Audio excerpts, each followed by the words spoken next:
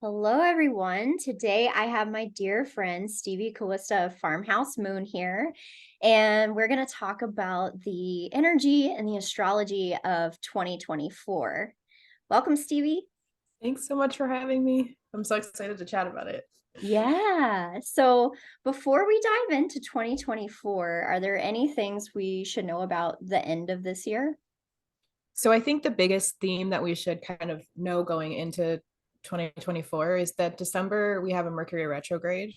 And so most of the almost the entire month of December all the way up until the New Year's is Mercury at a slower pace. And so it's really a time where we want to focus on reflection, which is awesome, I think, because that's the time of year you really want to like slow down a little bit. It's the holiday season. So if things you just want to like really lean into that slowdown, Yeah. like that you may have to revisit some things that you just went through in November. hmm Because with the retrogrades, you walk down a path and then you stop and you go back and then you stop and you go back again. So whatever you did in November will have to be revisited in some way, shape, or form. hmm So yeah, just like lean into the reflection period and look back at the year and spend a lot of time thinking about what your intentions are for the next coming year. Like it's just kind of juicy and good in that way. Yeah. I love that because I feel like this Gemini full moon we just went through was like, for me personally, was just such a big burst of inspiration, like almost too much to know what to do with. So the idea of Mercury slowing down some of those thoughts and things and reviewing them sounds really good to me. Yeah, that's a brilliant connection too. Like, and just be more intentional about, okay, which of these pieces are gonna make it through? Yeah. Yeah, it kind of feels like in a way the end of this year is very like succinct. Like sometimes the end of the year will feel like it's trailing on into the next year, but I don't really feel that with this one. Like it Yeah, almost feels like we've already gotten a little bit of a start on next year in some way. I totally know. feel that too. Yeah. Big time. So, okay, for 2024, um I heard it as the year of returning. Ooh. And the like themes that I'm feeling are change, justice, strength, courage, resources, sovereignty, and release. And Ooh. in numerology, the 8 is represented by Mercury and Saturn. So it feels like those two planets will be pretty prominent in the energy. We have Saturn and Pisces, which we can talk about a little bit more later. And before we started this recording, we were talking about feeling like we need to have more discipline to like really make our dreams come to fruition. So I'm feeling that, as well as 8 in the eighth house, which is very karmic. It's tied to resources, and it feels like last year we got a lot of practice with the Scorpio Taurus nodal axis in releasing stuff and have finding karmic resolution. And it feels like that's just going to continue a little bit more this year. And I, I was looking at the tarot to see which cards are correlated with 8, and one is strength in the Rider Waite. With the woman who's feeding the lion a pill. It's like she's tamed the lion, and she has the little infinity symbol above her head, which I love because it's like 8 turned on its side, and I feel it represents karma so much, like, and that idea of returning, like going to the outside and coming back in. And I'm really feeling like what goes around comes around. And the more traditional tarot decks had justice as the 8th card. So that kind of sums that up as well. Just in the justice card, you see this man on a throne. Sometimes it's a woman holding the scales of balance and the sword of truth. And it's like kind of this sword of judgment too. But I feel with the strength card, we're coming at these themes from a more compassionate place, hopefully. Like that would be the light expression of them, is finding justice and sort of uh solving things within ourselves, like inner turmoil and inner power, reclaiming our inner power so we don't feel like we have to push it on others. And then, of course, that being said, the shadow aspects are injustice and misuse of power and brute force. So we might see those kinds of themes expressed in those different ways this year, I feel like. So yeah, that's kind of what was coming through for me about this year just in general. Yeah, I think you nailed it. Like, I think that that's what that really speaks to me is the fact that the nodes are going to be in Aries and still in Aries and Libra, because it feels like the North Node in Aries is strength. Mm-hmm. Like we're going to have to call on such inner strength to move through 2024 as sovereign, like you were saying. Yeah. And then the South Node in Libra feels like it's justice. It's like the rebalancing of the scales happening for everybody internally and, you know, and collectively too. Yeah. So I think that really speaks to that piece. And just the North Node is like where we're headed collectively. It's like what our destiny is, you know, it's where our mission lies. It's like what we're growing into. It's where the growth edge is. It's like the North Star is what I always think of it like. And the South Node is like the ending and what we're letting go of and how we're rebalancing out that archetype. Mm-hmm. So I think that 2024 is a year to really, really dive into who you are. Like, Mm-hmm. who am I? Mm-hmm. And to call on your inner strength, Yeah. because it really is going to be a year of disruption. Yeah. I truly believe that, and necessary disruption, right? Mm-hmm. And I think that the justice card is exciting because it means that the scales are going to be rebalanced because they're not balanced right now. We all know that. Yeah. The power does not lie to the people. um, Yeah. and I The think too, like you were the justice card really speaks to like our relationships and where we're really out of balance, right? mm-hmm. And finding out who we are, this new version of ourselves that we're growing into. We're all like shedding these layers as we move into the age of Aquarius. Yeah. And it means that some relationships have to fall away, or they have to change, or there needs to be boundaries, or the sword has to come out of justice to rebalance who you are in that relationship, you know? Yeah. Yeah. And the something that occurred to me too with the card of strength is like that card reminds me of Leo and reminds me of like that sun essence. Like that is who I am, is like the center of the sun, like remembering who we truly are. And also having like finding strength in our faith in what is bigger than us. And that like we can we can gain courage through believing and having faith that like everything's going to be okay and that I'm taken care of by the universe. It's like Yeah, this courage that goes beyond the self, you know? 100%. Yeah, and like not being the victim, right? Really understanding that we chose this time to we chose Yeah. to watch humanity change as we do, you know, as we all wake up. Feels like 2024 is going to be a lot of awakening. So the people that feel like they've been having that moment are going to even grow deeper into it. And Mm-hmm. there will be a lot of new awakening. I think it's almost like it feels like it's going to be forced upon us Yeah. and we'll have a choice, which Yeah. also feels like the justice card to me, Totally. right? Like the curtain is like unveiled and there's some stuff that we have to face that's been hidden in the shadow. Yeah.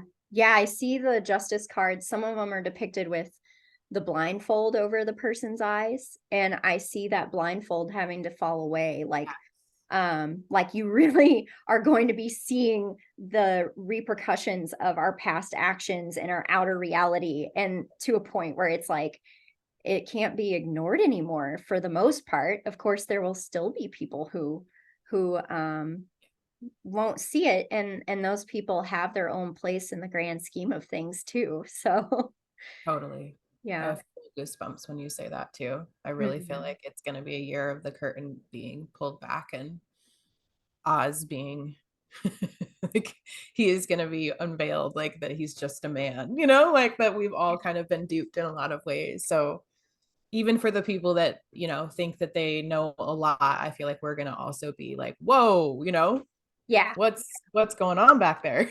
Yeah, yeah, it's nice to be like humbled sometimes, where you're like, oh my gosh, like I've noticed for myself lately when I'm exploring sort of like, I don't know, ancient esoteric stuff, like I've had this idea in the past of who's the victim and who's the perpetrator, and those lines are beginning to melt in my mind a little bit.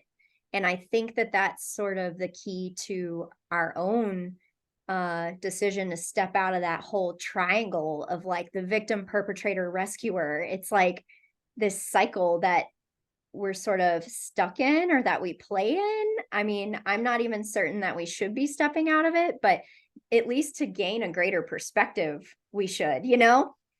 Yeah, and that feels like going to the top of the pyramid of that triangle. So Totally. you can actually see that you're all three at some point. You know what Yeah. I mean? Yeah. Yeah. I like that. That makes sense to me for sure. Yeah, it's going to be a really interesting year. Let's say that. And there's something else that I really felt into what is, and I know I've been saying this since 2021, but it's true still, is like endings and beginnings. Like we're still at the end and beginning of things Mhm. because we have Pluto moving into Aquarius finally, like all the way, but he's going to do the dance back to Capricorn. And we also have this is the last year that Saturn and Uranus, or I'm sorry, Saturn and Neptune are going to be in Pisces. Yeah. So that's an end. Those are big endings, and that means integration. Okay. So we've gone through all the stuff. Now it's like, all right, this is at the end. Now how do we integrate and embody these energies? So before we move on again. Yeah. And Saturn, I always feel with Saturn and Pisces that he's going through a life between lives review. And there's something about, I don't know if it's as linear as this, but I think about the planets going through Pisces, like the outer planets, and how each one of their journeys is like peeling another layer of the onion of the past age we've been in. And Ooh, how like they're really like going through Pisces and seeing like, okay, like what, I don't know why it feels like a review. I guess because that is the space we sort of go to between lives, right?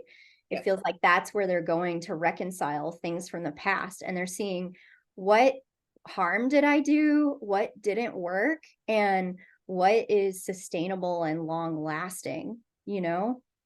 100%. Well, Pisces is the end. That makes perfect sense that you would see it that way. Mm-hmm. It is. It's like the end before, and it's where we all go to connect as to the universal divine oneness. Yeah. So you're so much less in an individual in Pisces, and you're Yeah. much more everything and all things. So I think that makes perfect sense that the planets traveling through that would be reviewing and ending and letting go. And, Yeah. I think the Saturn in Pisces is very much one that is asking us like, what is our reality? What does that even mean? Because we were talking before we started recording, and it was like we're all trying to figure out what our reality is Yeah.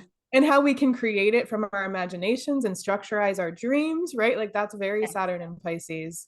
Um, and what does that even look like? Because Pisces is the archetype of, like I said, it's like the great deep ocean of all.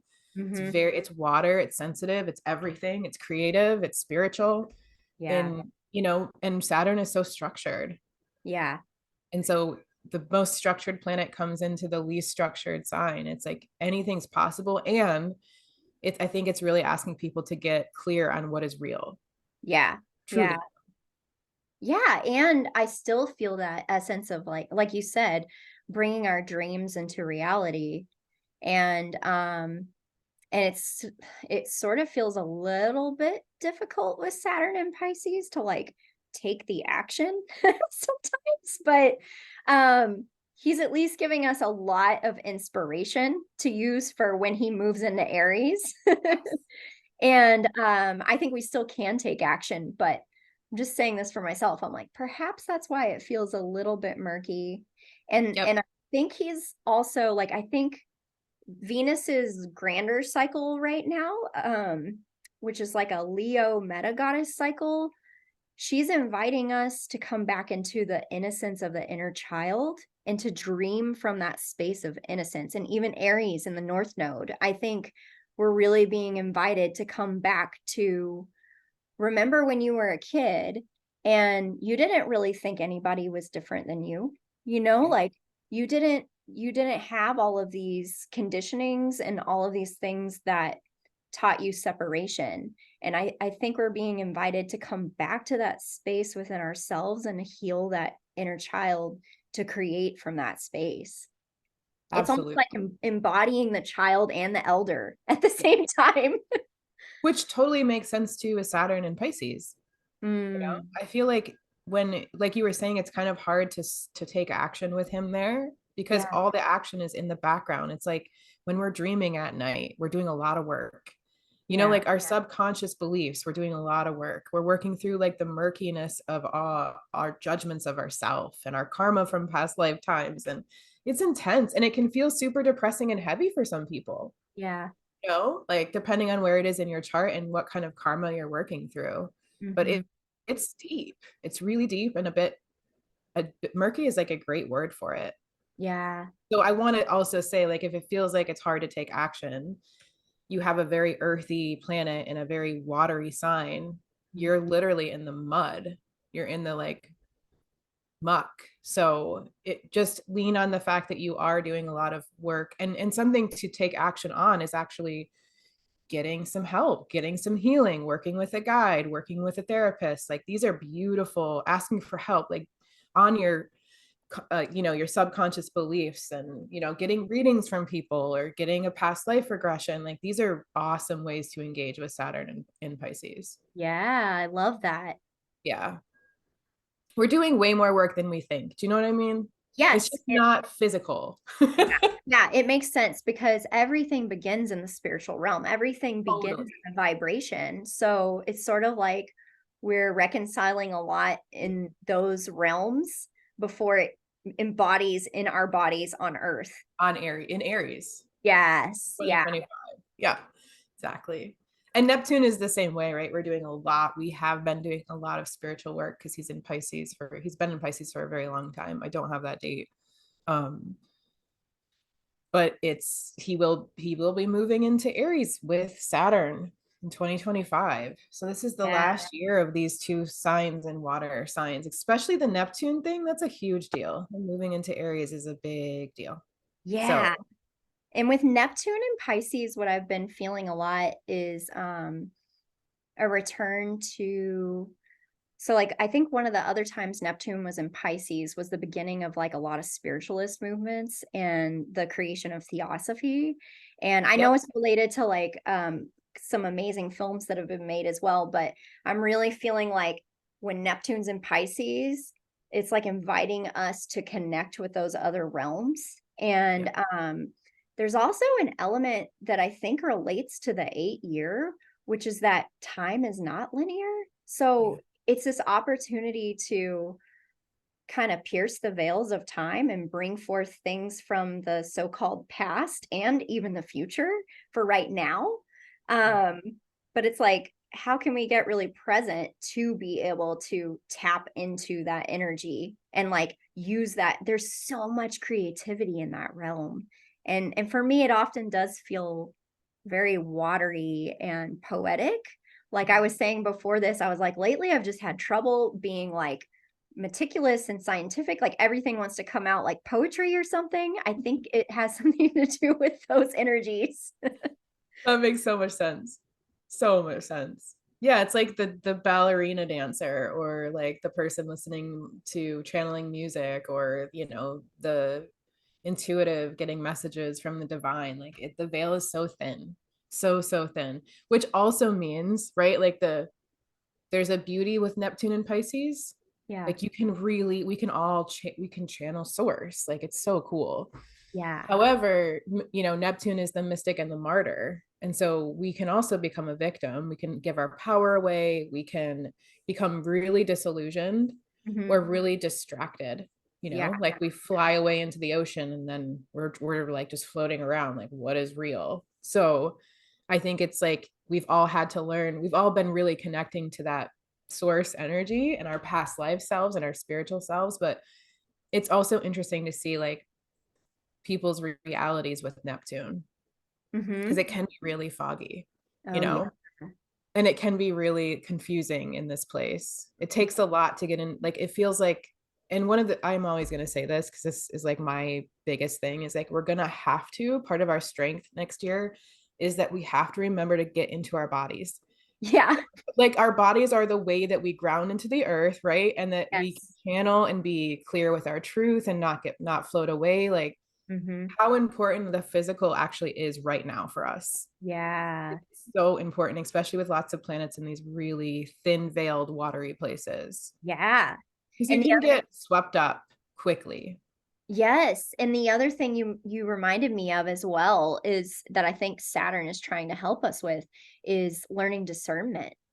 Yes. And that's another part of like now having contact with these other realms and things. There's a process of learning, like, okay, how do I set those boundaries, protect myself, and make sure that like what I'm communicating with is what I want to be communicating with. Also, I love what you said about being in the body and like remembering also to like stay grounded and remember that like you do have free will, and everything you're getting from those realms doesn't need to be taken as like concrete. It's like it's like a suggestive imaginal realm, and a lot of times these things are communicated to us symbolically or in metaphor. And so it's just quite an interesting kind of energy to navigate. Yeah, what a good point too. Like I think that that's so important because we can really get swept up in the emotion of Pisces really quickly. Hmm. And I think we're closer to our past life self, we're closer to our soul self, and so it can get kind of overwhelming. That's why being in the body is really really really important.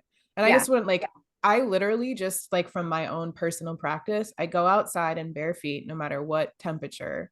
I stand in the grass for literally 2 minutes in the morning and I look towards the sunlight with Yeah. naked eyes, right? Like no contacts, no glasses for 2 minutes. That's it, literally. And that's like all it takes. It's so simple.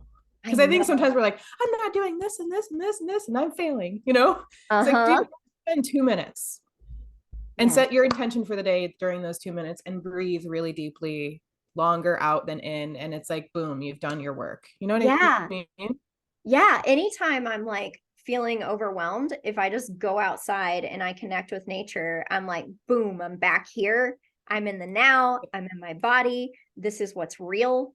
And Yes. like, that's another thing I think is really going to come up with those placements, as well as like Pluto moving into Aquarius, is like this question of what is real, like Yeah. what is reality, like what is my perception, why is this my perception.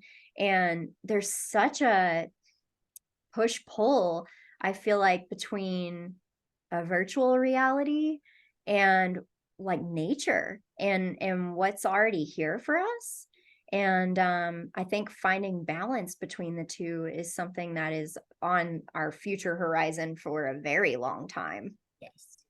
And like we have to remember that like the simple things within nature, which we're a part of, are going to balance out all of that because that's the thing is like 2023 and 4 we've already been seeing this Aquarian age really loudly and it's going to become louder Yeah. and we're here to play in it. You know what Yeah. I mean? Like I use AI. I think it's awesome, Yeah. Yeah. right? Like I don't think there's anything wrong with it. It's just like what you just said about remembering that we're nature and to connect with that part of us. Hmm. Otherwise we become very robotic. It's, I think this nodal axis like pointing us to Aries is like trying to join our toolbox for really knowing who we are, so we can discern, am I being controlled by technology or am I in control? Yeah. And I think that's sort of like the shadow. I think we're already like kind of merged with our technology, whether we like that or not, and it's up to us to use it as a tool or to let it use us. 100%. Yeah. And like we're gonna waffle a lot. Yeah. Like I find myself being like, why am I watching somebody eat candy for 2 minutes? What in the heck? Or like somebody crunching like ASMR, like crunching soap flakes. I'm like, what is happening? Isn't And it? then like pulling myself back and be like, okay, you just lost 5 minutes of your life. That's Uh-huh. okay. Uh-huh. Yeah, I just had this app pop up on Instagram, funny enough, that's like it's like a little app you can use that will remind you you're looking at your phone like after 10 or 15 minutes, and it's like, "Hey, do you want to go read a book?" Yeah, And it's telling you like this is how much of your life you're spending on your phone. absolutely. And it makes me like really reanalyze like, whoa, because this is like incredibly addicting. And it's also kind of wild, like where we're at in our world where our lives are decadent enough that we're not literally out there like growing our own food and having to like tend to the land. Like now we are, it's so decadent. We can just like sit on our couch and like spend our life looking at this other reality if we want Yeah, to. yeah. It's just wild. It's wild. And then I think being aware of it and playing in it is fun, you Yeah, know. And yeah. but then balancing yourself out and remembering that you're literally nature. So Mhm. none of that, like it's real, obviously, but it's not natural per se, Yeah, not to what the planet that we live on. Like we need to yeah, match her, yeah, Gaia. So I'm pointing to my window. Um, but yeah, I think it's really important to not shame ourselves for like, we came here for this time, right? yeah, We're in the age of Aquarius. We're going to be seeing a lot of technological shifts and innovation happen. And it's going to really ramp up in starting in 2024 yeah. already. So it's You know, exciting, but you have to use discernment and intent, yes, you know? yes, Yeah. and intention, yes. Yeah. You know what I really hope to see, and I think that Uranus and Taurus gives us this opportunity in conjunction with like Pluto and Aquarius is or in combination with it is to remember how to use the earth's resources for amazing technology. Like rather than looking out like humans need to create something, really getting in touch with like the earth's natural energies to Yeah. help us produce solutions to our issues that will be more sustainable. Like I feel like that is the most exalted form of Pluto going through, or just the Aquarian age in general, if that makes sense. It's almost like a returning of Atlantis. Yeah. But that being said, Atlantis had its shadow aspects as well of misusing technology. So it just feels like a recapitulation of all of the things that we probably learned and did in that time. It's like here it's coming up again for us in a new way. Like, how are we going to navigate it? Yeah, absolutely. It feels so much like Atlantean times. Like every time I tune into it, it feels like that. And Yeah. the thing about, let's like break down Pluto really quick because on the Yeah. 20th of January, he moves into Aquarius. He popped into Aquarius this year, 2023, and Okay. he's back in Capricorn right now, right? But Mhm. on the 20th of January, he moves into Aquarius. He moves back into Capricorn on September 1st. And then he finally moves all the way into Aquarius on November 19th. So from January to September, we're gonna get these very heavy Aquarian energy. And I personally believe we're already in the age of Aquarius. Okay. But that's debatable with many different people depending on what they've studied. But either way, like this is gonna bring Aquarius energy to the table. Yeah. So it's when Pluto first moves to a sign, like when he moved into Capricorn in 2008, we saw the recession, right? We saw the Mhm. housing market crash. Like what happens with the first few years is you're going to see the shadow because Pluto is the great alchemizer Mhm. and he is the one that has to burn it down so that it can be rebirthed again. So he shows us the shadow. That's what he does. He shows us where power is being misused. Um, and with Aquarius, it means that the people are going to realize we haven't had the power for many, many, many years, Yeah. right? Thousands of years. Yeah. And I think what you said about like, we're going to remember the technology that we've been using that the earth already provides us Mhm. free, Mhm. and we're going Mhm. to become really innovative because I think part of it is because we have to.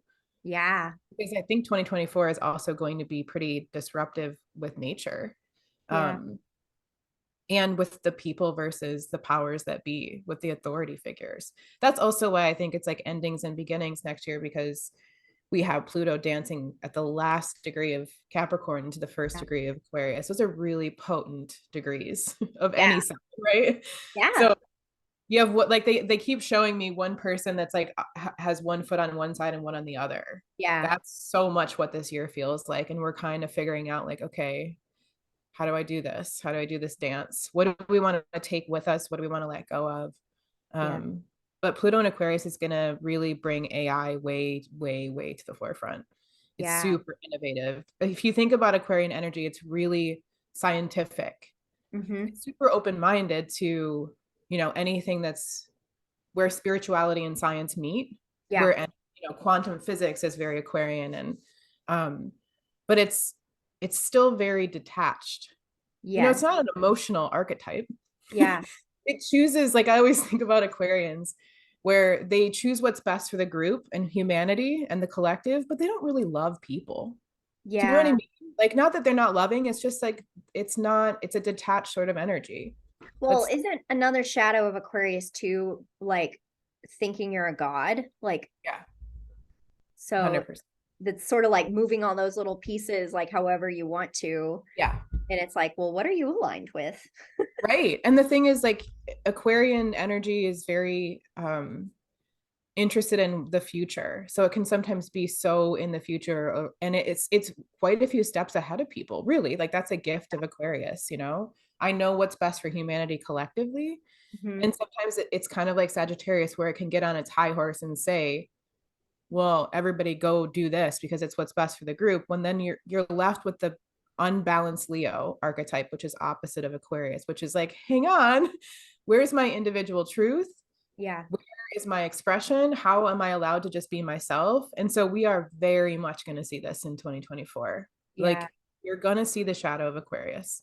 And it's going to take everyone to hold a collective consciousness of what we want our future to look like and take action next year. Yeah. I think Yeah. the election's going to be really hairy. That'll be interesting. Well, Um, and when Pluto moves from Capricorn to Aquarius, it's so interesting. Pluto has like a 250-year cycle just about.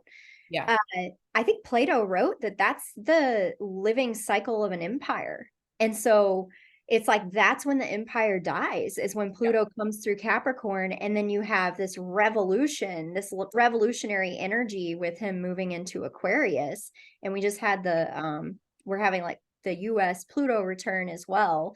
So we're sort of seeing that in the microcosm of the US, but it feels like a worldwide kind of thing as well. And again, with the idea of the recapitulation, like I feel all of these old themes of like the Roman Empire coming up. And I think that the US tried to escape the Roman Empire or the British rule, but I think they just kind of became the same thing again, honestly. Like it's a cycle where who knows how we can best be governed. I think the answer is for each of us to govern ourselves. But when we get to that point where everyone can be sovereign and govern themselves, it's like such a paradox.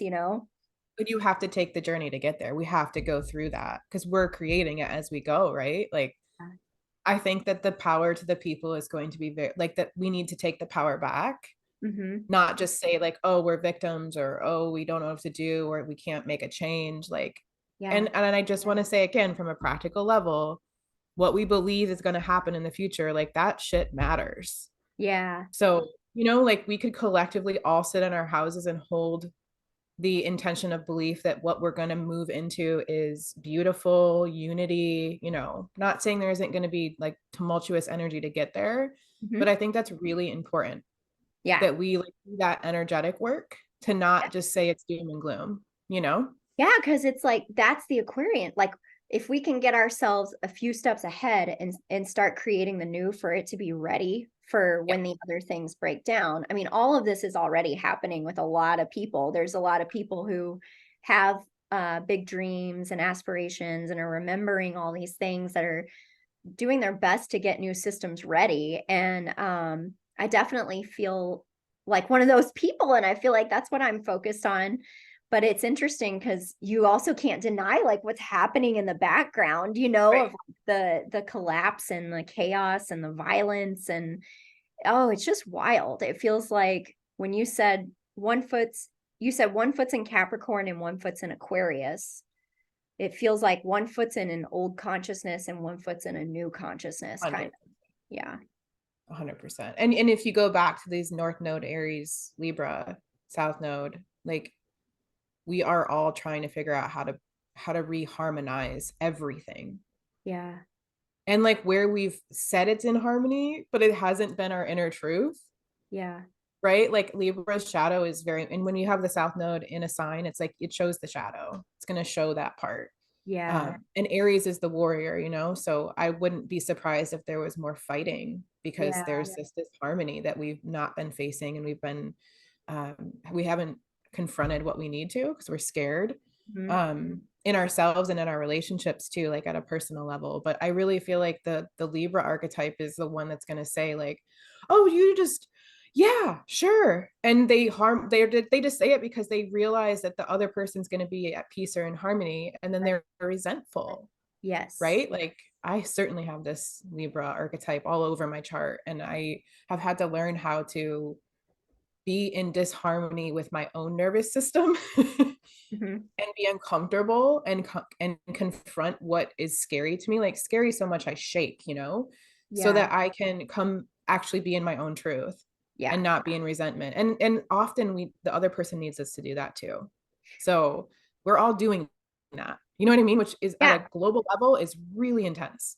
Yes, and you know what you're reminding me of too is how Libra is ruled by Venus and Aries is ruled by Mars, and it's Yeah. sort of this balancing of the masculine and the feminine. And I really feel like lately the masculine's really going through a deep healing. Yeah. That is, the masculine part is the one that can set the boundaries and protect the energy field or the shell or the home for the feminine to do what she does best, which is create. And so it feels like we're doing a lot of healing, and that makes me think of Chiron in Aries as well. And I think that originally Mars was not really a god of like war necessarily, like going out and killing people. It was more of like a protector kind of Yeah. energy and like defender, not so offensive. It was more like defensive and like holding a safe container for us to do what we do best, you know? And I think going back to what you said, like the Leo Aries energy is like, how are we doing that for ourselves? Yeah. And that inner work is going to create the foundation, like you said earlier, for us to move towards, because the nodes are going to shift into Pisces, Virgo. Yeah. Mm-hmm. That one's hard for me to wrap my mind around. That's not till 2025 though, right? Right. Okay. Yep. But yeah, like we're setting the stage, right? Like Yeah. North Node in Pisces, South Node in Virgo is going to be 2025 is a really, really big year. Yeah. Like, and we won't go into all of that because 2024 is going to show us what needs to collapse truly. Mhm. That's the Capricorn Pluto energy. Like, we got to let go of these. It's time. And Yeah. like, there is no more time, I'm hearing. We Yeah. have to, right? Like, Yeah. we don't get to dabble anymore. It's It's this like, idea again of like returning. Okay. yeah. Well, it's not done yet. Okay, go back. Like Yep. go back, peel another layer. Go Yep. back. Purify whatever that is. Go back. Yep. Let that go. Like it feels majorly karmic, like in a good way though. I mean, if you're willing to, if you want, it's interesting. I feel like we have to let go of being afraid of change. Well, this is the Uranian, Jupiterian, Taurus energy that you're talking about. Okay. It's exactly it. Hmm. It's exactly it. Where have you been too comfortable Yeah. and too in the luxury and the lazy and the ease? Like that's the shadow of Taurus. Like, nah, I'm comfortable here. Yeah. But Yeah. even though like it's not for your best, like what are you doing? Eating chocolate all day sitting on the couch. It's not good for you, right? Like You sound like my husband. I'm a triple Taurus, you know, I can say Yeah. these things. I Yes. really Yeah. like Yeah. I really understand the shadow. And of all the archetypes, Taurus is the most scared of change. It will dig all the way down and root itself so deeply, even when it's like total awfulness around it. Right. Yeah. But like it's familiar. I've done it for like 10 years. Yeah. It's so Like, no. interesting, with because Taurus is like an earth sign. And I think it's fascinating. Well, it's fixed. So I guess that's where this comes in. But I think it's fascinating because like nature is constantly shifting and changing. You would think Taurus could understand that, but But that's a really healthy high vibrational Taurus. Okay. Like Okay. they understand how deeply connected they are. They are the most connected sign to nature, right? Okay. So we're coming And back like again to this connection to nature, how yes. that can really help us. Yeah. And the cool part about this, like Uranus has been there since 2017, 18, right? Yeah. In Taurus. And he's been forcing us to do this work, Yeah. right? He's he in 2025 he moves into Gemini. So this is the last year that Uranus is in Taurus. Yeah. And we have this beautiful conjunction in on April 20th of Jupiter and Uranus together. Mm. So Jupiter brings like he's so fascinating. I always go back to 2020 because it's helpful to review when Jupiter hit Pluto 3 times. Like Oh, they conjuncted 3 times. okay. And I think the first one was it April? I'm not sure. Anyways, the whole year was flavored with this Jupiter Pluto conjunction. Jupiter will over exaggerate whatever he touches, Okay. right? He is abundance, he is expansion, he is big picture vision thinking, like belief systems, philosophies. He's really like, for the most part, he feels really good. Like if you have Jupiter activations, right? It's just like you expand there and it's things work out in your favor, Right. right? He's beneficial, they say. Mhm. Um, However, if he comes up to a planet that's the disruptor planet like Uranus, he exaggerates Uranus, which imagine that. That's like a Yeah. tornado. Or no, it's even like I think of Uranus as like the lightning strike. It's the whole effing storm, Yeah. And I'm not trying to be in fear, anything like that, Yeah. but April 20th and any time leading up to this, right? Really the entire year is going to be flavored by this until the end. The first half for sure there is going to be a disruption and we are going to be forced to change because it's in Taurus. Yeah. Like uprooted, Uranus says, like, I will lightning bolt you. I Mhm. will strike you because you are not in your authentic truth anymore. And you are trapped, you are a slave. Yeah. So he lightning bolts us and shakes us, sometimes really unexpectedly, unless Mhm. you're an astrologer and you know it's coming, right? Or Yeah. you study Well, you astrology. still won't know how it's going to happen You though. still, exactly, even if you try to figure it out, Yeah. but it can be shocking, alarming. Like I'm telling you, 2024, you have to take care of your nervous system. Yeah. Please, if you do anything, do what we're talking about. It's interesting you say that because I also think of Uranus as Kundalini energy. So Absolutely. something that could be really helpful is maybe to have like a breathwork practice or a Kundalini yoga practice so that when Uranus comes, you are tuned into that energy. And Jupiter hitting him feels like a giant Kundalini awakening. Like huge spiral. And what's Whoop. interesting, last year when we talked, I got the message that all of Earth's chakras would be activated in the Yeah. 7 year. And it's really interesting. I follow Matthias de Stefano a little bit, and he's been doing tons of like Earth's chakra activations. And so this could also be some sort of, this could be related to the Earth itself as well, and I know people sort of talk about like pole shifts and things like that. When I've checked into that, that hasn't felt like a super quick shift. It feels like a slower shift, but there could be something related to that I'm feeling.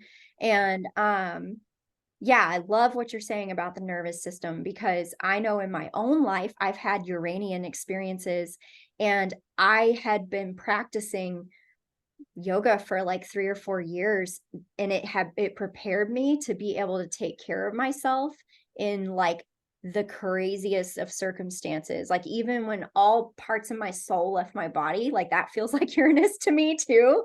Yep.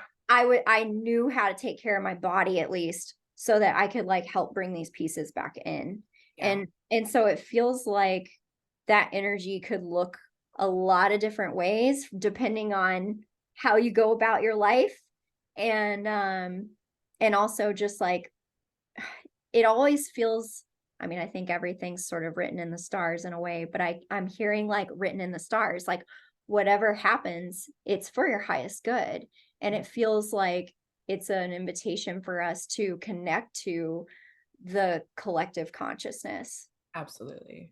And like that part of us that like the rebel, right? Like Mhm. this is going to activate everyone's inner rebel and push us to change, whether that's like in the tiniest of ways, to say goodbye to a friend that's like really awful to you, Yeah, or moving, or like these are big disruptive changes in your life. yeah, And I think it's really important to remember that like Uranus is our freedom. He's the rebel because we're out of alignment with what actually feels like truth, or actually feel like I always think of him as like our higher selves in a lot of ways, you yeah, know? And yeah. he hit my sun and my moon and my Mercury, and now he's hitting my Chiron. So this is Ooh, since 2018, I've had massive Uranian activations to my personal planets. And he feels so electrical and yeah, so, for a Taurus, right? For all these are all my Taurus placements. He has pushed me and helped me be so brave, yeah, and I want everyone listening to like really take a moment to, what is your gut saying? Like, what's your actual truth, and what is your fear saying? Because Uranus is our truth, right? And he will push us to face the fears and yeah, make the changes that we need to do, because it's like he gives us like a parachute to jump off the cliff. Like, yeah, you're good, just do it, yeah. and we're going to see disruption in the collective. Hmm. I mean, it's like February, March, and April. Those are really, really intense months. There's a lot of things going on then. So we're going to see the collective become rebellious, Yeah, and it's going to be for our highest good, but it could be really shocking. yeah, yeah. That's so interesting.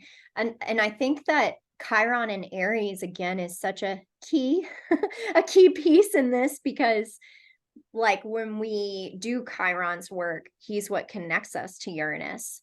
And Yes. so it feels like he's sort of trying to give us a little leg up in healing a lot of our wounds about our identity and who we truly are, so we can, and also learning tools of how to heal ourselves, how to be self-healers.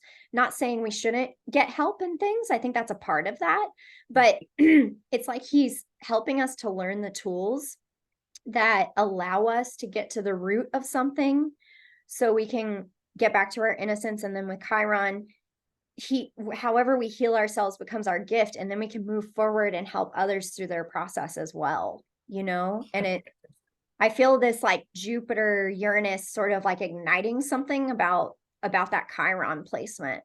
Well, it's so interesting that you say that, Wendy, because February 19th, the North Node hits Chiron. That's a really big Yeah. moment. Okay. So that feels like preparation, because um and this isn't just like boom on February 19th. Like, we're talking the few weeks leading up to, and the activation afterwards. It's kind of like that eclipse energy that's way bigger than just the full moon, but Chiron meeting the North Node is like, the North Node again is our destiny, where we're heading, our our dharma, like our mission, go here, right? And Chiron is our wounds, and also the fact that we've healed, and like you said, and are helping other people heal. Yeah. um so this time for people is going to be a review of how you've healed. February, and Okay. also Mars conjuncts Pluto on Valentine's Day. So that's a Ooh. massive trigger of the Pluto. Whoa. Yeah.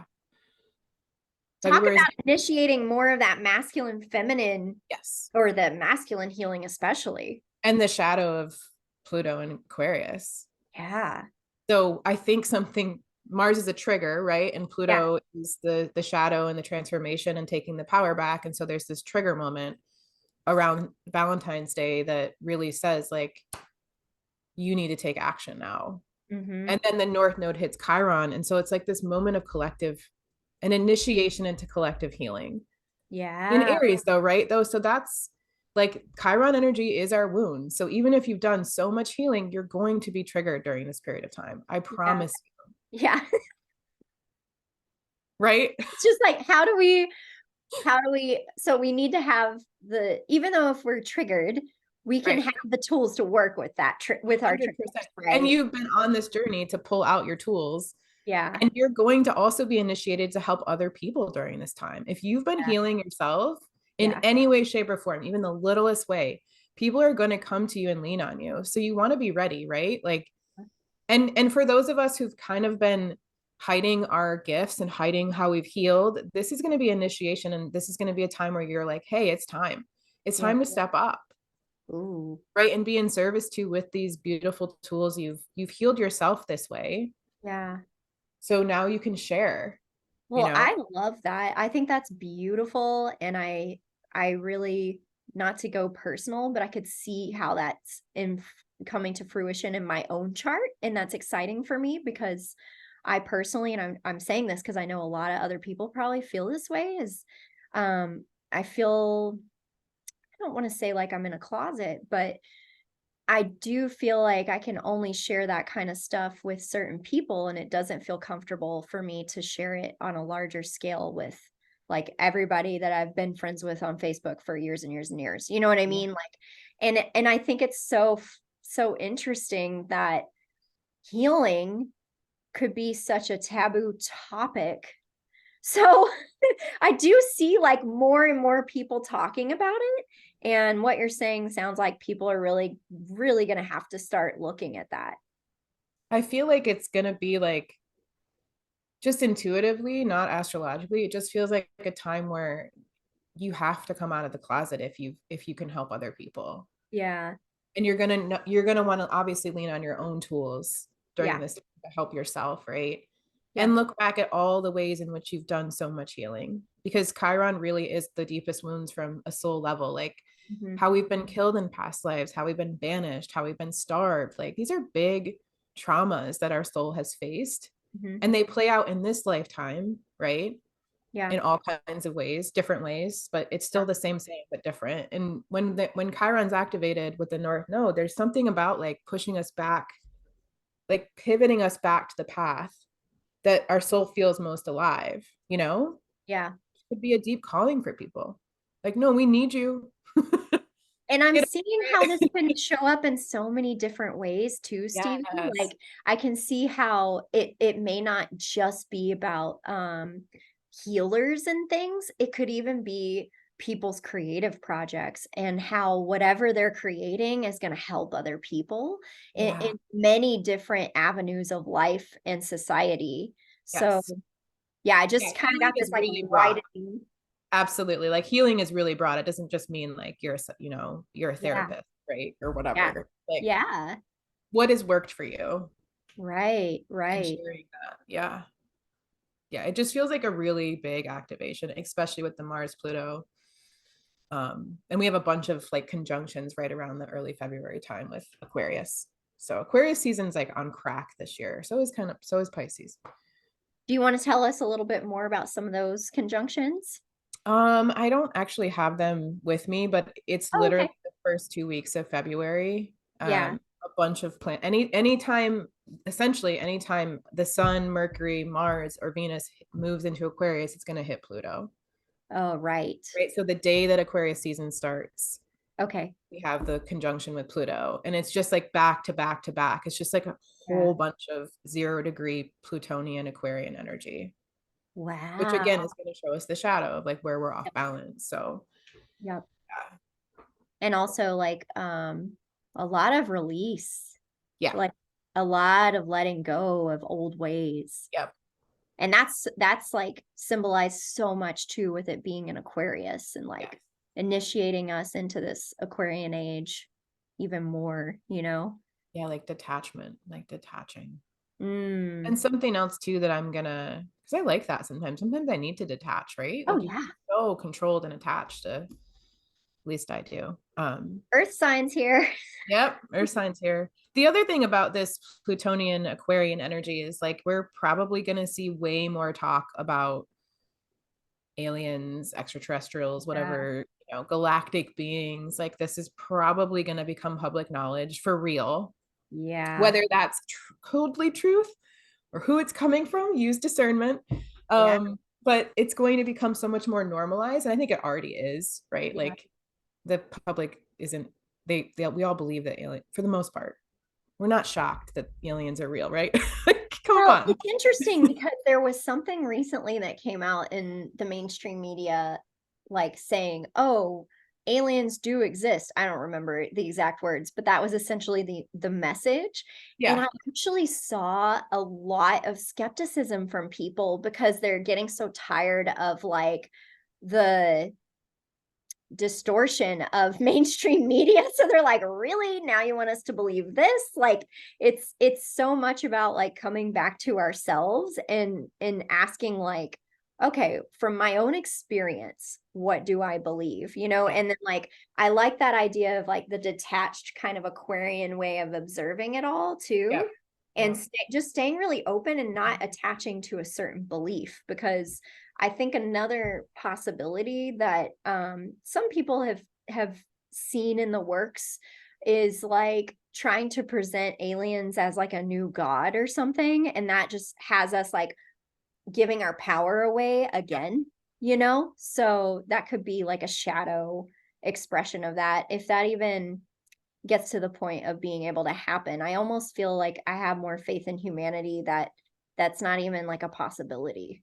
Yeah. Well, I think that's the thing. We have a hero complex because I think that they have helped us in really tumultuous times in past Yeah. ages, so it's like, Yeah. come save us. And they've given us a lot of technology, and there's, so much that they've done for us. So I think we do have that complex, but I think it's important to remember like that they're interested in us for a reason, because we're really interesting as a species, Yeah. right? And like we're awakening in our Yeah. own way, and how And what much happens to us affects the rest of the universe. 100%, like that we're important in this, Hmm. and we actually can collectively do the work together to make the change. And I think that the initiation is coming for Yeah. real. Yeah. Yeah. And one other thing I'd like to say about this topic as well is that I think it's important to keep our minds open to the possibility of extraterrestrials, like many possibilities of what they actually are, that they can be physical beings, but then that they can be interdimensional beings, that they could possibly be like our spiritual ancestors, and to just keep like a really open mind about what that is. Like I really don't like the term alien because it sounds like outside of us. Yeah. And and I don't know, I don't have a really good term. I tend to say extraterrestrial, but I think that hopefully we'll be gaining more understanding about all of this, you know? I mean, I feel like I've had my own personal experiences with them and I still don't fully understand them, Oh yeah. you know? I don't think we're ready. Yeah. Think the foundation is becoming laid so that we can be at a vibration to really understand it, because it's really hard to Yeah. comprehend when our truth has been so closed off, and Yeah. we're all being like open. Like I always see like the brain exploding emoji. Like Yeah. that's what that next year feels like what, you know Yeah. explosion. I love it. uh, the last thing that I wanted to talk about, though, I think I basically Uranus, I'm sorry, Jupiter does move into Gemini next year, and I don't have that date. I don't know why. I think May 25th. Okay, yeah, I was thinking May or June. Okay, thank you. Yeah. But yeah, that's a big move too, right? Like Jupiter being in Taurus, in Earth sign, and he's going to move to Gemini. So it's like all of our inner librarians are very activated, and our curiosities, and Gemini energy is awesome because so many ideas can come in, and you're a student and you're so curious, which I think this is going to help us so much, Wendy. Yeah. Stay open into curiosity. But Yeah. again, Pluto in Aquarius, Gemini, or Jupiter in Gemini, that's air. It's a Yeah. lot of mental activity, like grounding Gases. activities. Yeah. Really, really important. But that's going to really help people detach and keep an open mind. It's going to be really interesting, I think. I wrote, I'm sure your libraries will grow. Yeah, and they're going to be like Aquarian libraries. Yeah. And I can see this energy actually helping us to understand other people's perspectives more too. 100%. Like I see his benefic energy coming in and being like, "Oh, this is like," and it's opposite that Sagittarian energy, which is interesting, right? And it's Yeah, like, let's explore different perspectives here. absolutely. And it's going to be trining Pluto. So that's a very harmonious aspect. Nice. So he'll kind of help us transform and see the shadows perhaps as A well. positive expansion, especially after he just kissed Uranus in April, right? Like that's Yeah. intense. And then he moves along into maybe even more clarity or more curiosity, more different perspectives coming in. I'm Uh, seeing the like brain exploding emoji and like this big awakening, and then people being like, and now I need all these books to figure out what yeah, the where's the library? Where's my friend that's been talking about this weird shit for a while? Is she around? Excuse Oh, my that's funny. yeah. Okay. So the last thing that I want to talk about, because most of the things we've been speaking about have been at the beginning of the year, which really that's like a lot of the activations. There Yeah. is the opening square between Saturn and Jupiter in August. So Okay. this cycle started on the solstice of 2020. Remember when Jupiter and Saturn came together? Wendy, I know you know this date really Uh-huh. strongly. Yes. When everyone was like, they're in the sky, everyone go look, it's the Christmas star, right? Yeah. That was a new cycle between Jupiter and Saturn, and they start their opening square in August.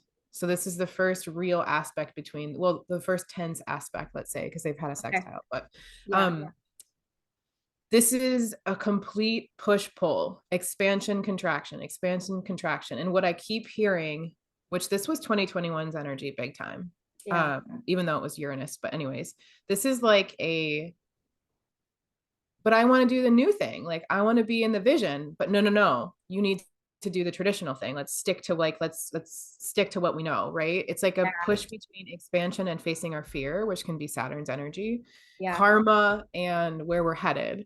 This Yeah. is a big push pull. So this is the election. Mm. Pluto moving back into Aquarius November 19th. So he will be at the last degree of Capricorn during the election, right? Wow. Um, yeah. And I don't know what the inner planet stuff is. I haven't looked that far ahead. But this opening square, which we're going to feel in the summer and fall, is going to push and pull us between the old and the new. Again, those 2 feet in both sides, Mhm. straddling like what do we take with us? What do we leave? How do we face our fear to expand? And this Yeah. is internally too, right, for all of us, but also we're going to definitely see a very tumultuous election. Yeah. Yeah, that is interesting. Which And makes perfect sense, right? between Pisces and Gemini. Yes. Okay. Which is interesting. So it'll be Jupiter in Gemini and Jupiter and Saturn in Gemini. Pisces. Wow. That feels confusing. Yeah. Let me just make sure. I'm gonna look in the ephemeris. Okay. Yeah. Just want to make sure Jupiter's, I'm pretty sure. Yeah, because he moves in May. He moves May 25th to Gemini. I Okay, don't yeah. know if he goes retrograde or anything. He does, but I don't think he goes back into Taurus. Yeah, he stays in Gemini. Yeah. So, yep, it is Gemini squaring Pisces. Those are mutable signs, movable. Information is kind of all over the place. That feels so karmic because it's like Saturn in Pisces. Pisces is the age we're moving out of. And Jupiter in Gemini wants to encourage curiosity and Yeah. new perspectives. Thank goodness it's in Gemini, honestly. Yeah. Yeah. And they're mutable signs, so it's not going to be like so fixed in Yeah. what are, there's like it's open to interpretation. Yeah. And I feel like this is really where we're going to be all a little bit confused about what's real, Yeah. you know? Yeah. For sure. 'Cause they're both signs that are like open to interpretation. Yeah. Yeah. So just like part of that too, I always give myself permission when we have these activations to, if you are confused or trying to figure it out or you find discernment, like maybe it's okay to just figure it, like let yourself be a little bit untethered. You know what I mean? Yeah. Yeah. Kind of ride the waves a little Yeah. bit. Um, I wanted to thank you so much for all of that. I love Yeah. it. I love how you speak astrology because Wendy. I feel like I start floating away and you're like, back to Earth, Wendy. This is how it's practically happening. And I'm like, well, let me go into the esoteric layers of time. I love that though. I love that you bring that perspective and you bring the timelines from the past and the future together. Yeah. I think Yeah. that's so helpful. And I have a question for you. Do you know what age Atlantis was? Uh, I would have to look at I mean, I Okay. can't tell you for certain. I can tell you like Right. my What we think. theories. I'd Right. have to look at my cosmic clock, which actually I can do real quick. Yeah, I'm really curious to see like how it plays out into Aquarius. You know what I mean? Because it feels Yeah. like the Atlantis energy is really going to be prevalent. It Well, already is. do you know what's really interesting is that the symbol for the sign of Aquarius is the Egyptian symbol for water, and the word is mu, which is a Oh, word for it's Lemuria. weird. Yeah, So Atlantis. I find that really fascinating. And what it means to me is just like I see Aquarius as ancient memories. Like, Mhm. I see all those ancient memories coming back through that sign. And I Yeah. think that's why we think of Atlantis so much. Yeah. Um, It feels like the merging of like Egyptian and Atlantean times is what we're really dabbling in right now, right? yes, and something that I've been exploring that I think is super interesting is it feels like even during the times of like Lemuria and Atlantis, I know there was some time where they overlapped a little bit. And the Okay. Lemurians were much more of a quote unquote primitive people and much Mhm. more connected to the earth and the earth cycles and way less technological. Whereas the Atlanteans were a more technological culture and civilization. And there's definitely like a couple different species of humans as well. There's the Cro-Magnons and the Neanderthals. I'm still doing I still have a lot more research to do on Ooh, this, I love this. but it's putting some pieces together about our differences as human beings and how, and kind of like is another example of duality on this 3D planet and that push pull of Saturn and Jupiter. And it's sort of like, I kind of see Saturn as like the earth people and Jupiter is like the technological people, and like this push pull between how do we live here physically and how do we use our creative powers to create things that can benefit people more than cause more harm. And that being said, I think it can be difficult to be a technological society and not cause harm.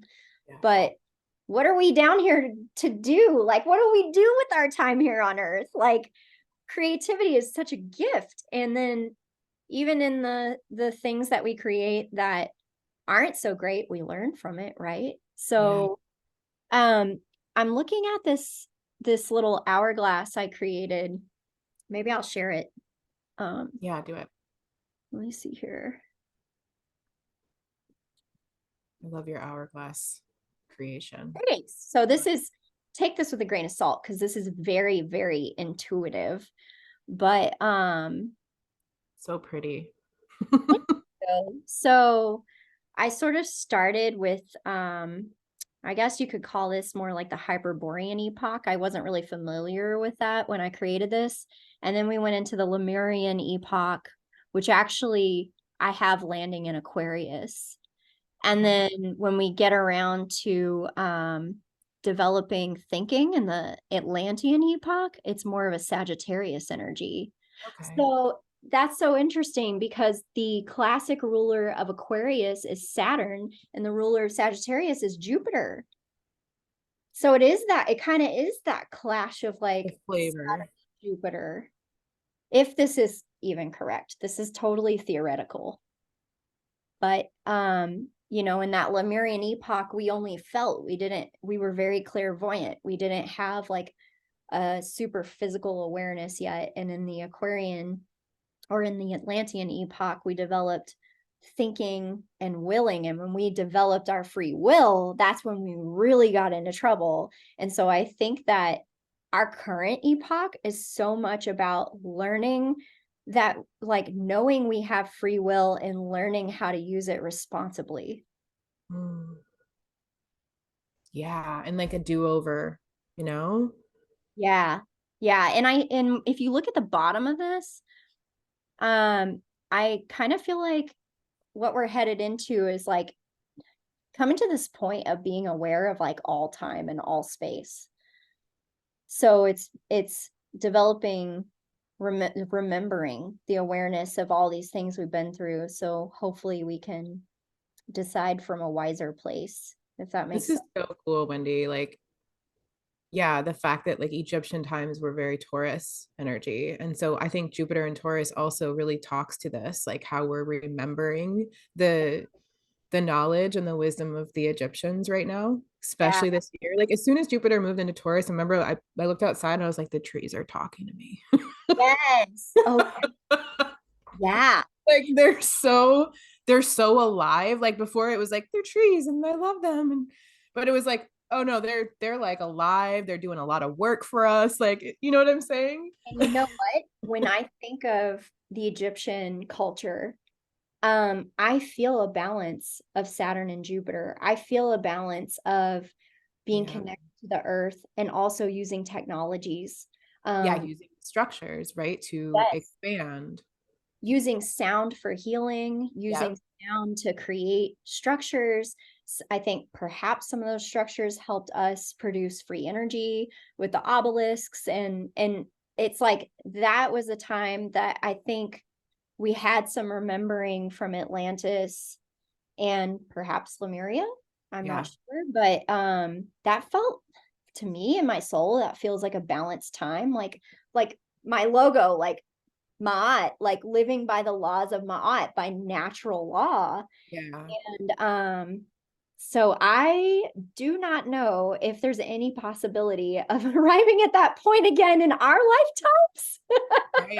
I think we have a lot to recover from, and I think we're just on to so many more technological discoveries. But being aware of that culture at least can help us to live through this time.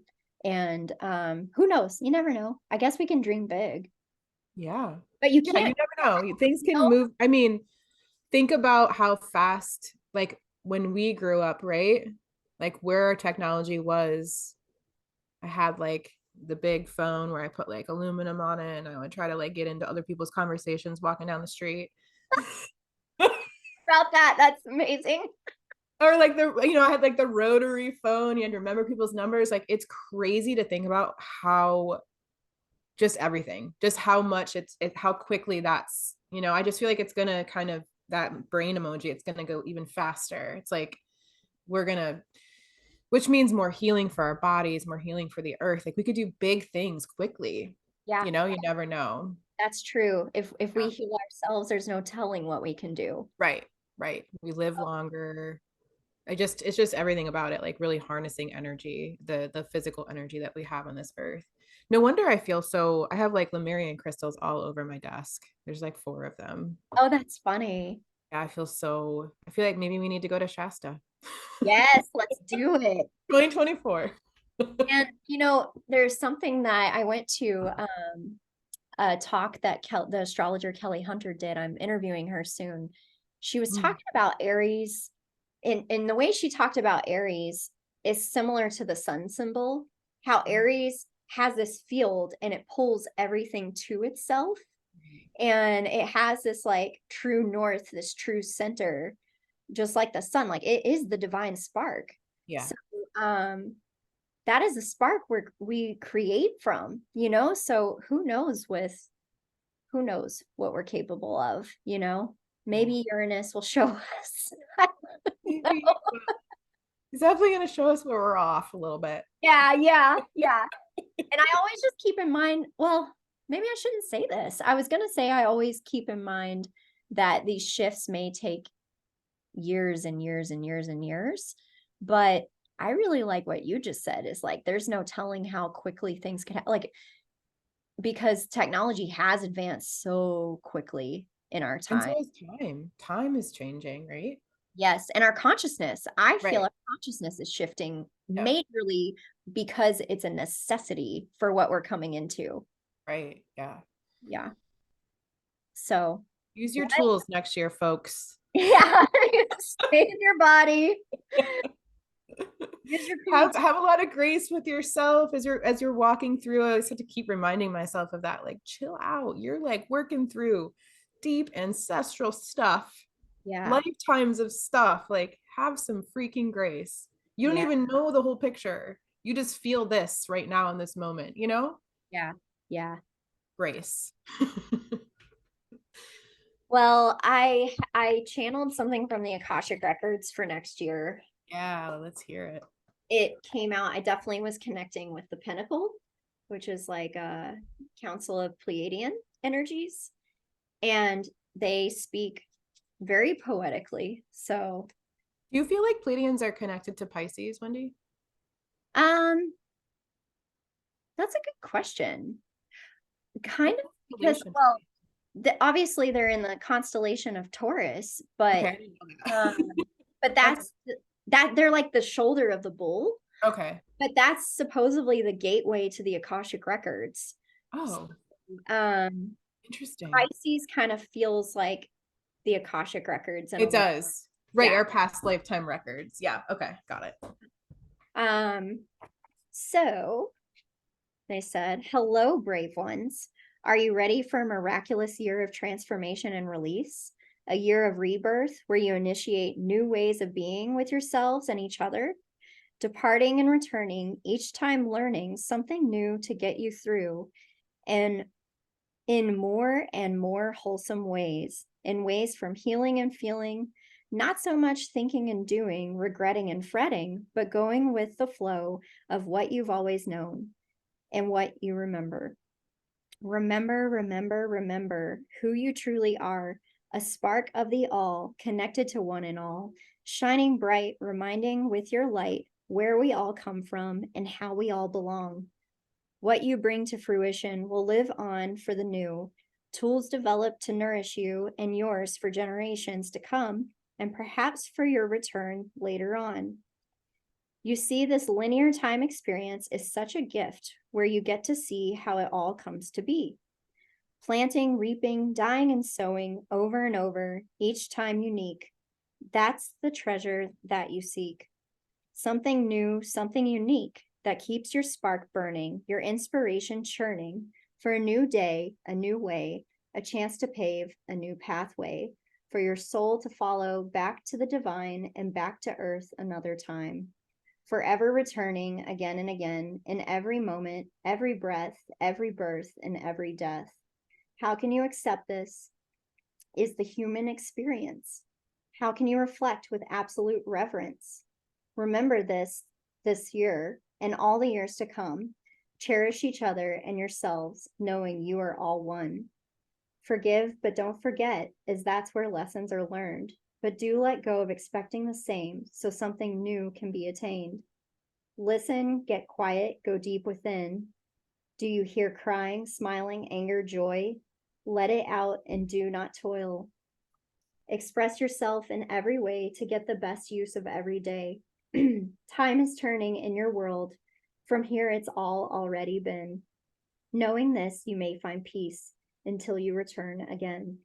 Soul light shining, vessel strong, trusting when you know something's wrong. Follow your soul, follow your spark. Bring your torch to integrate the dark.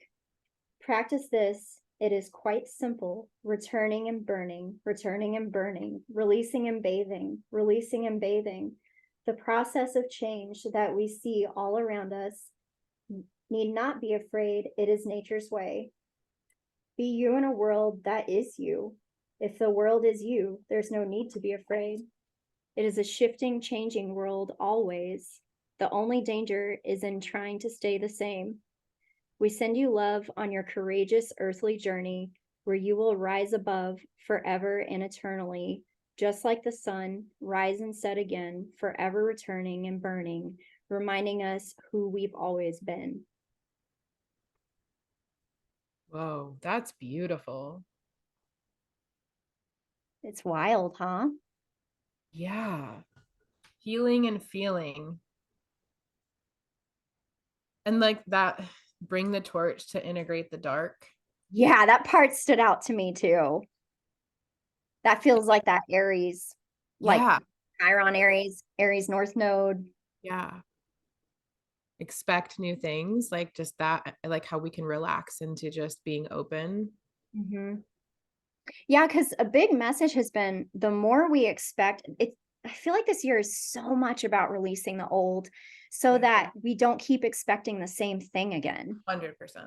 Like they're inviting us to truly let go and like allow ourselves to float through the void of creation to something new. 100%. Totally feel that. Like not this whole like coming back, coming back, coming back, coming back, like actually breaking the loop. Yeah, but at the same time, we've already done that before. Yeah. Like Well, it's like seeing it that way though. You know what I mean? Like we so I know I do. I sometimes often be like, here I am again, here I am again, here, you know? yeah. And it's just like you're looking at it from a different lens, which changes everything. Yeah. It's coming back to that innocence and back to that like original spark Yeah. that I think is what helps us break through, you know? And then again with the torch, it's like it says a lot about breaking the loops of fear too. Yeah. When you bring a torch in the dark, like that's the thing, you don't have to be afraid, and it's just that we can't see it. That's a change we can't see. It's like just allow it to happen and have that strong faith, like back to the strength card. There's so much supporting us. And I feel like this is a really good year to really lean on your bravery. Hmm. Can Aries is the pioneer. Yeah. It's not afraid. Literally. Like you'll talk to an Aries and you're like, yeah, I traveled through India all by myself. I'm like, what? You did what? There's just such a bravery in its own self, Yeah. you know, like so it's just like the higher vibration of Aries is like so centered in self that Mhm. it's just brave to pioneer new things and move forward, which we really need that, you know? Yeah. And you reminded me of this vision I got in a conversation I was having with Matt, where if you look at like the flower of life, it's all of these circles that join together. And it's like each of these circles are like our different perceptions and our different inner worlds that come together to create the whole.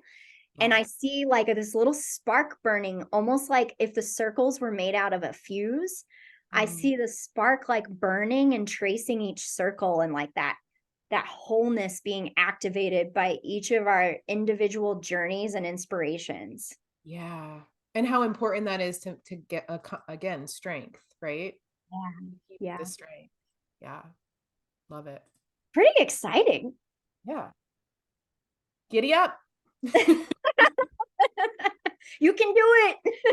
can do it. Our Aries rising, Wendy and I are like, yes, let's go. Yeah, yeah. Oh, stomping forward, trudging ahead. Yeah. Are you getting on? Come on. Yeah, yeah. Awesome. Well, thank you so much, Stevie. This Thanks was for really having fun. me. So And grateful. also, would you like to let everybody know where they can find you and what kind of offerings you have? Sure. So I'm mostly on Instagram where I spend a lot of time, Farmhouse Moon. And then I also have a newsletter you can sign up for on my website, farmhousemoon.com. And that's really where I'll send you Astro updates and new offerings, and you'll be the first to have the teachings that come through essentially on the newsletter.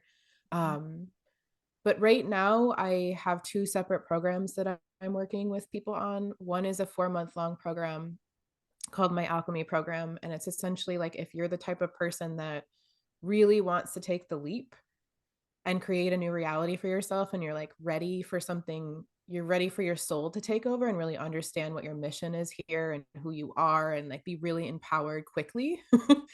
um, my Alchemy program is awesome, where we get to work one-on-one together for 4 months. And then the other offering I have is my plug-in program, where we meet once a month for a whole year, And it's really for people that either want to learn astrology or learn the cycles that they're in on a monthly basis. So we talk about like all the retrogrades, all the full and new moons, all of the activations, and also like who you are as well. Like I always come back to the soul self with all of my sessions, but that one's more for people that are like, okay, I really want to like flow with the cycles. Yeah. So that's what I'm offering right now. Yeah. Awesome. It's been such rewarding work to work with people this way. I bet. I love that so much. I think it's so helpful for us to understand the cycles and even just the concept of that too, that everything is cyclical, Yeah, and to have that like reassurance and validation of whatever it is that you're going through, like there's an energy behind it, right? absolutely. There's an invitation and there's an ending, thank goodness sometimes. Yeah. Yeah. Then you can flow with them versus like trying to hold on to the boulders down the stream, you know? Like it's nice. It's very helpful. It's like what's gotten me through life so far, like knowing these things. Yes. Yes. Very Uh, helpful. Awesome. Well, thank you so much, and wishing everyone a courageous 2024. Yes, call on the strength.